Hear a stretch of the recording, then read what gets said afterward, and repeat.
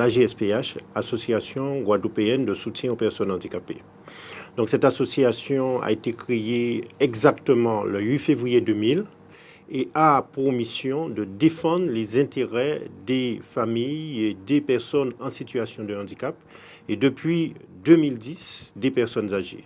Puisque depuis 2000, nous avons eu une longue expérimentation auprès du Conseil général pour mettre en place un service d'accompagnement à la vie sociale et un parc de matériel. Et en 2010, effectivement, il y a eu une création officielle des deux services. Le service d'accompagnement à la vie sociale qui existait bien sûr déjà est pris en charge par le Conseil général et le centre de ressources, d'information et de conseil sur les aides techniques qui a été pris en charge, qui a été financé par la Caisse générale de sécurité sociale et par l'Agence régionale de la santé. Nous avons une petite équipe composée d'une assistante sociale, d'une psychologue, d'une éducatrice spécialisée, d'une ergothérapeute, d'une comptable, d'un secrétaire et bientôt d'une conseillère en économie sociale et familiale et moi-même qui suis à cheval sur les deux services. Les missions du psychologue au SAVS, cela consiste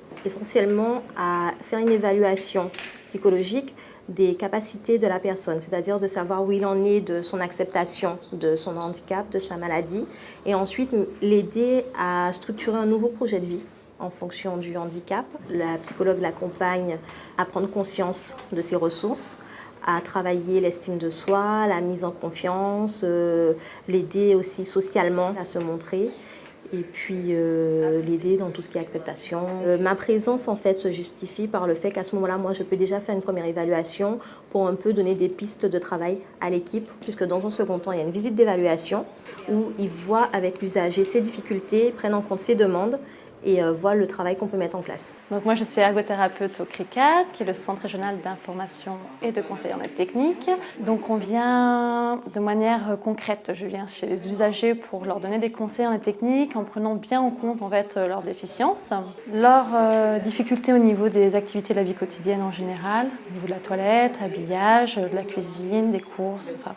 Et également, je regarde bien leur environnement dans lequel ils évoluent, où ils vivent. Mon rôle en tant qu'assistante sociale au Centre de ressources d'information et de conseil sur les aides techniques, c'est de voir dans quelle mesure madame peut avoir un logement adapté chez un bailleur social. Elle a des difficultés à monter les escaliers, parce qu'il y a eu des propositions faites au 6e étage. Soit elle a du mal à accéder à l'entrée parce qu'il y a des portes coupe-feu, donc elle n'arrive pas à ouvrir ces portes, qui sont assez lourdes. Voilà, donc elle est en attente d'un logement adapté. Donc ici concrètement, on est chez un usager qui a une polyarthrite rhumatoïde, donc elle rencontre des difficultés aussi bien dans la vie quotidienne pour allumer son gaz, pour ouvrir les robinets. Et en même temps, sa salle de bain étant à l'étage, elle peut difficilement s'y rendre. Donc on envisage avec le technicien du bâti, donc mon collègue Gary, plutôt que d'envisager un système pour monter à l'étage et se rendre dans sa salle de bain, on envisage davantage d'aménager le rez-de-chaussée pour qu'elle ait une salle de bain vraiment adaptée. Donc aujourd'hui, effectivement, nous avons deux missions bien précises. Le SAVS qui accompagne les personnes en situation de handicap moteur voulant vivre à domicile en toute autonomie. Ces personnes doivent avoir une notification de la maison départementale des personnes handicapées. Donc régulièrement, on accompagne ces personnes en situation de handicap. Accompagner veut dire quoi exactement? Eh bien, c'est prendre en compte effectivement les besoins des personnes en situation de handicap autour effectivement d'un projet. Il peut s'agir effectivement d'un projet à la vie sociale, c'est-à-dire ne plus être isolé à son domicile. C'est la raison pour laquelle, effectivement, nous mettons en place un certain nombre d'ateliers. Et vous allez voir dans un moment une fresque que nous avons pu réaliser au SAVS. Et cette fresque, les usagers ont été associés avec, effectivement, un artiste de la place. Voilà en gros le travail que nous faisons. C'est un travail prenant, un travail passionnant, avec une équipe qui est motivée.